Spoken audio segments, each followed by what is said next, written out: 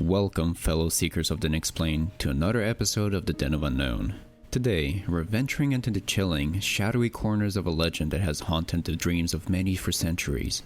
This entity, a monstrous figure born of desperation and fear, has left its icy fingerprints on countless tales of terror. You may have encountered it lurking in the eerie narratives of video games or prowling through the pages of horror novels. But what if this creature, this embodiment of insatiable hunger and terrifying power, is more than just a product of imaginative minds? What if it has roots that burrow deep into the soil of reality? In this episode, we're going to peel back the layers of myth and fiction to uncover the true origins of this entity. We'll also delve into a real-life case that is as chilling as it is perplexing, a case that involves a man who claimed to be under the influence of this very creature. So, brace yourselves, because we're about to embark on a journey into the heart of a chilling legend.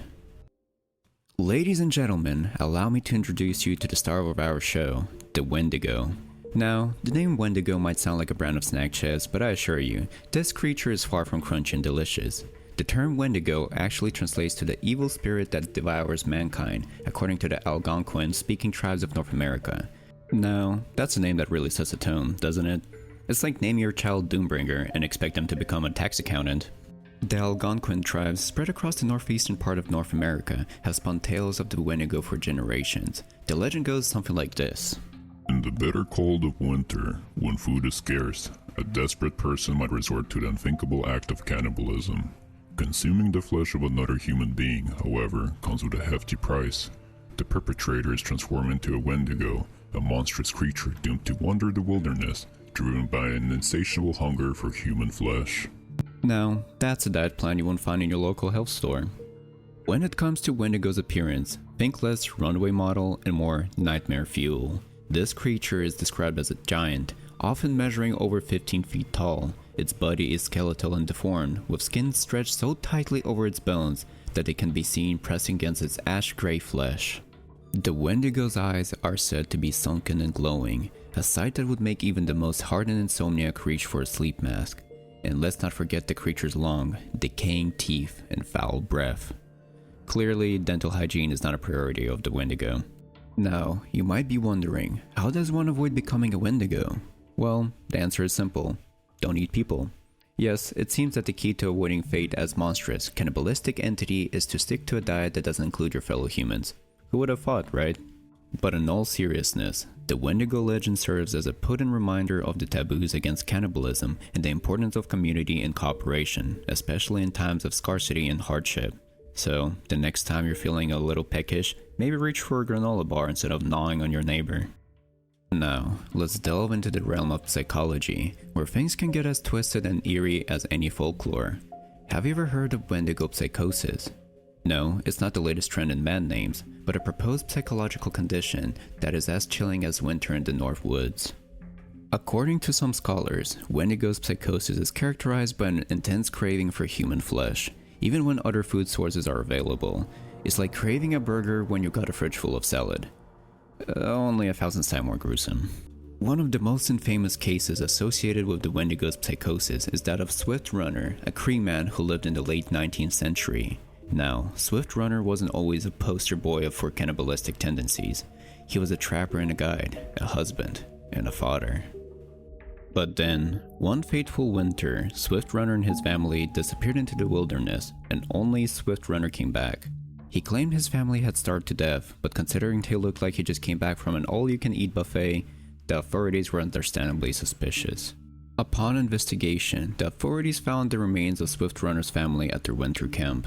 It was a scene straight out of a horror movie, with human bones scattered around the campsite. Swift Runner confessed to killing and eating his family, claiming he'd been possessed by a Wendigo.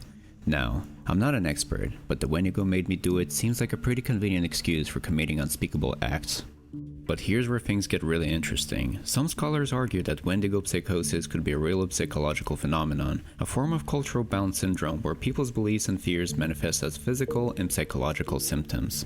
Others, however, are more skeptical, suggesting that cases like Swift Runner's could be more accurately attributed to other factors, such as starvation, isolation, or plain old murderous intent. So, the jury's still out on whether Wendigo psychosis is a genuine condition or just a chilling piece of folklore. But one thing is for sure, it's a fascinating, if gruesome, part of Wendigo lore. And it's a stark reminder that sometimes the real monsters are not supernatural creatures lurking in the woods, but the darkness that can dwell within the human mind. So, next time you're feeling a bit antisocial, maybe just stick to ghosting your friends on social media, rather than resorting to cannibalism and blaming it on a mythical creature. Just a thought. The Wendigo, once a chilling tale told around the fires of Algonquin tribes, has now clawed its way into the limelight of modern pop culture. But, like a game of telephone, the story has changed a bit along the way. In literature, Stephen King's Pet Sematary and Rick Yancey's The Curse of the Wendigo have borrowed the Wendigo's insatiable hunger for human flesh, but they've left out the cultural context, like forgetting the secret ingredient in Grandma's famous recipe. The Wendigo has also made its way into comics, video games, and even TV shows. Marvel Comics has its own Wendigo, and games like Until Dawn use the creature as a primary antagonist. Even My Little Pony isn't safe from Wendigo's influence. Talk about diversifying your audience. Interestingly, modern depictions often add antlers to the Wendigo, a feature not present in traditional narratives. It's like adding a mustache to the Mona Lisa. Interesting, but not quite accurate. So, as we enjoy Wendigo's appearances in our favorite media, let's remember its origins and cultural significance. And if you ever find yourself lost in the woods, remember, cannibalism is a no-go unless you fancy becoming the next Wendigo. Now, wouldn't that be a plot twist? As we draw the curtains on this chilling journey, let's take a moment to reflect on what we've uncovered. We've delved into the heart of the Wendigo legend, a tale born from the fireside stories of Algonquin tribes, and watched as it evolved and adapted, finding its way into our books, games, and screens. We've examined the eerie case of Swift Runner, a man who claimed to be consumed by the Wendigo spirit, leading to a horrifying tragedy. We've also explored the controversial concept of Wendigo psychosis, a proposed condition that blurs the line between myth and mental health. But what does all this mean for us? Well, it's a stark reminder that truth can often be stranger than fiction. It's a testament to the power of stories and how they can shape our understanding of the world, for better or worse. It's also a call to approach the unknown with a healthy dose of skepticism, but also with an open mind. After all, the world is full of mysteries waiting to be unraveled. So, as we part ways, remember to question, explore, and seek the truth, no matter how strange it may seem. And remember, the next time you're enjoying a Wendigo story, spare a thought for its rich cultural origins. Who knows, it might just save you from becoming the next Swift Runner. Now, wouldn't that be a story worth telling?